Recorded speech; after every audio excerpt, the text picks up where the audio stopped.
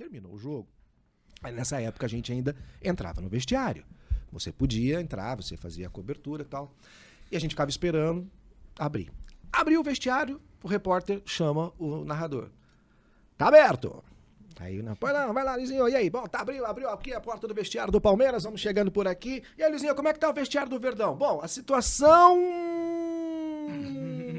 Ué, o que foi? Rapaz do céu. A cena que eu estou vendo aqui agora é inarrável. Aí quando você fala assim, quem tá ouvindo, o próprio narrador já fica doido querendo saber o que tá acontecendo, né? Você já tem que criar um certo... Gente, vocês não imaginam a cena. E é realmente uma cena inusitada. Então eu vou dizer o que aconteceu. Amaral. Coveiro Amaral. O mito. Bonito, lindo, maravilhoso. É ele ali, não é? Não, ali...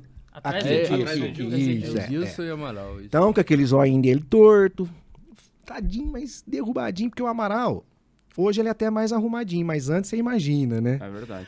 Amaral, ele estava numa maca, deitado, pelado, Vixe. Nossa. pelado.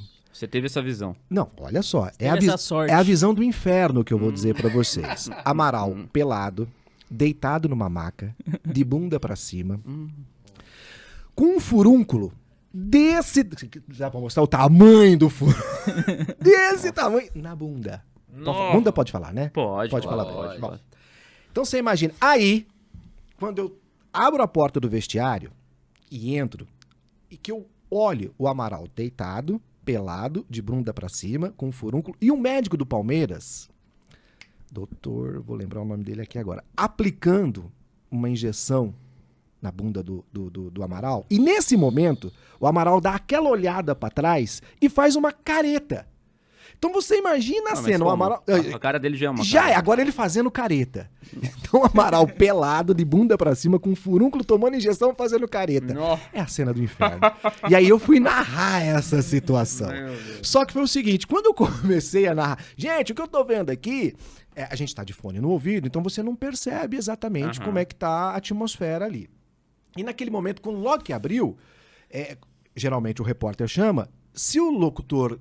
te chama, você já narra. E outros não chamam, então o repórter fica esperando. No caso, o meu me chamou, só eu estava falando dentro do vestiário.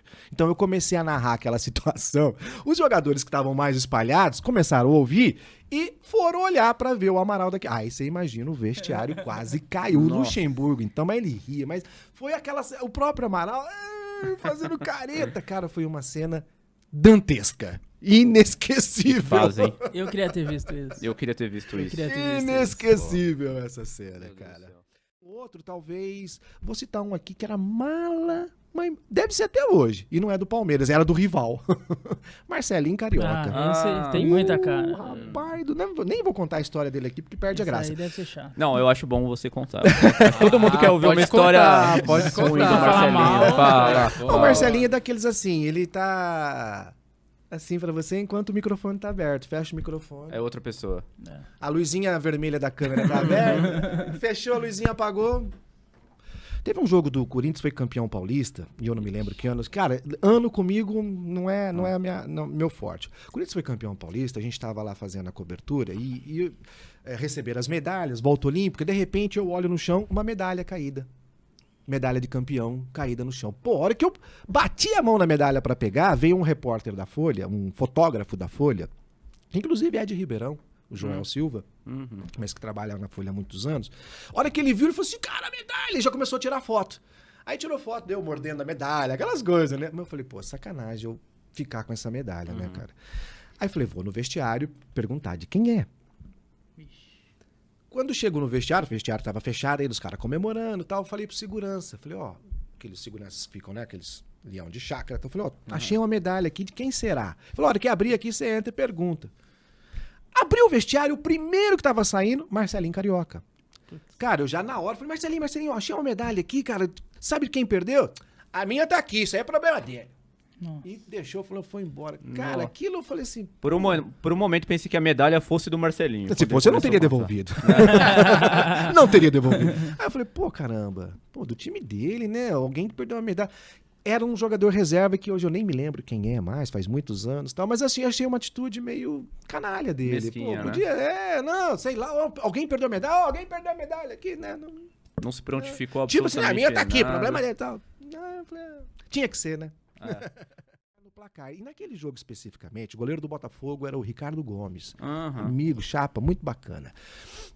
E a zaga era bem fraquinha, era Givago. Rapaz, Givago... Ajuda ele, Frederico, que é do seu tempo. Eu e o Salem éramos muito jovens nessa época. Era o Givago e o outro era um zagueiro bem já antigo, já. Bom, enfim. Aí, rapaz, a gente já sabia que aquele time do Palmeiras, pô, brincava com a bola, né? E 4-0 no primeiro, 4 vira e 8 acaba, né? E foi isso que aconteceu. Foi isso que aconteceu. Aí teve um pênalti pro Palmeiras.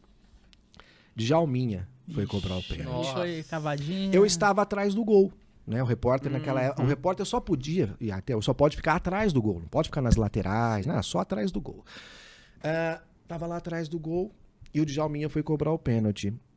Rapaz, deu aquela paradinha, aquela cavadinha e puf! Eu atrás do gol, a hora que ele cobrou, a gente tem essa de ficar, né, fazer... Sim. Até minhas costas doeu, porque eu fui pra um lado, a bola foi pro outro. E o goleiro do Botafogo, mesma coisa, tadinho, nem saiu na foto, né? Rapaz, Luxemburgo fez uma cara e não falou nada. E os caras comemoraram aquela coisa toda, fim do jogo, fim do primeiro tempo, foram pro vestiário. Rapaz, aí começou uma gritaria. Eu fui lá, ouvi o que estava acontecendo. Não exatamente, mas com essas palavras, mas mais ou menos assim. Seu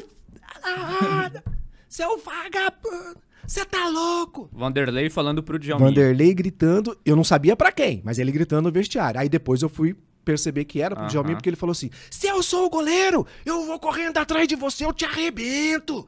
Que falta de respeito. Você nunca mais cobre um pênalti desse jeito no meu time. Nunca mais. Aí eu falei, bicho, o negócio tá feio no vestiário. Falei, agora no segundo tempo, o Botafogo vai arrebentar esses caras, que eles vão voltar, pô. Aí foram mais 4. Foi mais 4. E aí depois, o Djalminha criou gosto. Quantas outras vezes ele bateu o pênalti desse jeito? Falam que ele que inventou, mais ou menos, essa forma de bater pênalti. Mas você vendo como é que é? Se ele fosse ouvir o Luxemburgo, nunca mais ele ia bater. Porque o Luxemburgo ficou bravo, falou assim, se eu sou o goleiro, eu saio correndo atrás de você, falta de respeito, não sei o quê, mas... Eu confesso pra você que eu não vejo falta de respeito numa jogada como essa. Eu não vejo falta de respeito num chapéuzinho, jogar embaixo das pernas. Pera um pouquinho, eu não peguei a bola com a mão. Se eu pegar a bola com a mão, é falta, para. Isso até me admira, vindo do Vanderlei, que montou tantos times ofensivos, que é a favor do futebol até mais plástico. Quando vem aquele negócio, é muito mimimi. E é mesmo, muito mimimi no futebol quando isso acontece. Lembra aquela pancadaria? Você tava falando pra gente em off que o clima era muito diferente, que a gente podia entrar, o jornalista, no caso, podia entrar em vestiário. Era outra convivência com os jogadores que hoje são muito blindados. Exatamente. Pela família, pela assessoria de imprensa, principalmente, que acaba barrando tudo, né? Nesse jogo em específico da foto, o que você sentia dos jogadores às vésperas da partida começar e depois já no vestiário, se é que você entrou no vestiário depois da conquista? Quem que era o jogador mais contente? Porque o Antônio Carlos aqui, meu Deus do céu, contagia o negócio, né? E olhando o Antônio Carlos, você não vê ele assim, né? O Antônio Carlos eu sempre nunca mais vi ele serão, assim. mais sisudo, contido, né? Aqui zagueiro, demonstra né? bem o... Zagueiro é Isso, cara tem de que mal. ser. Isso, tem que ser. Mas no fundo, nenhum né, cara? Nenhum, porque é incrível. O jogador de futebol é uma marra, cara. Mas a hora que você o conhece intimamente, você percebe que não é bem assim. E o clima, a tensão que estava antes do jogo, é que era uma coisa de chamar a atenção. Por quê? Por causa da fila. Sim. Há tempos o time não conquistava um título importante, mesmo um título afinal nacional. Tendo sido contra o Vitória, isso não amenizou nada. De jeito nenhum. Lembrando que o goleiro do Vitória era o Dida, hein? Verdade. Mas era o Dida, o goleiro do Vitória. Pegava tudo, cara. Então, assim, pô, vai ser difícil. Mas o Palmeiras tinha Edmundo, tinha Ivaí, tinha Companhia Limitada e tal. Então, assim, era um clima de tensão antes do jogo por conta da fila. Sabia que tinha uma responsabilidade muito grande, e aí você fala, mas era o Vitória. Pô, aí é que bater em bêbado é mais difícil, aquela coisa, né? Pô, perder tem obrigação pro Vitória, de ganhar, não pode perder. É isso. Isso né? acaba passando pro jogador, então, porque... Não tem jeito. Por exemplo, o Palmeiras estava 16, 17 anos sem ganhar, mas esses jogadores não estavam tanto tempo sem ganhar. Mas era o Palmeiras. Então acabou... Exatamente. E era o Palmeiras da Parmalat, aquele Palmeirão, aquele timão, né? Com investimento, com bala na agulha. Sim. Então tinha uma obrigação muito grande de conquistar o ano de 93. Após, tá aí então o resultado. A cara do Antônio Carlos demonstra tudo, aquele que alívio, pô. Mais do que a conquista, um alívio.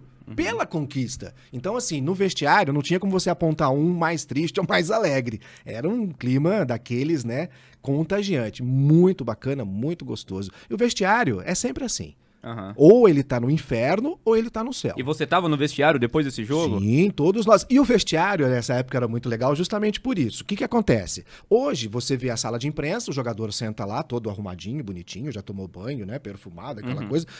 E muitas vezes não é o jogador que você quer perguntar.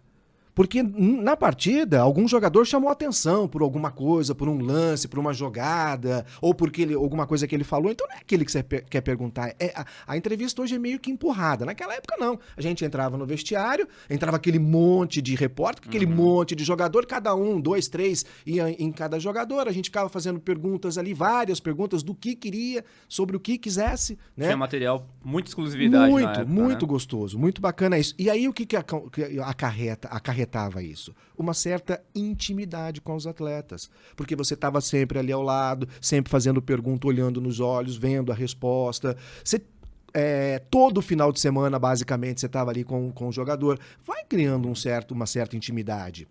E isso é até mais fácil para trabalhar, né? Então, por exemplo, nesse dia, o bacana da conquista é isso, tá todo mundo brincando, tá todo mundo alegre. Quando você entra no vestiário, que o time perdeu, não precisa ser um campeonato. Perder um jogo qualquer, pô, é clima de velório, é aquele clima pesado. É até difícil você fazer pergunta, porque é um silêncio. Aí você faz a pergunta, todo mundo ouve, sabe aquela coisa. E numa festa, não, aí tá todo mundo vibrando. E o mais gostoso é que a hora que você acha que tá tudo legal, fica melhor ainda. Vem um banho de água gelada, banho de Gatorade, banho daquelas coisas, sabe? Então, assim, pô, era bem marcante. Não é mais assim. Hoje é mais E como é que difícil. tava o Vitória depois desse jogo?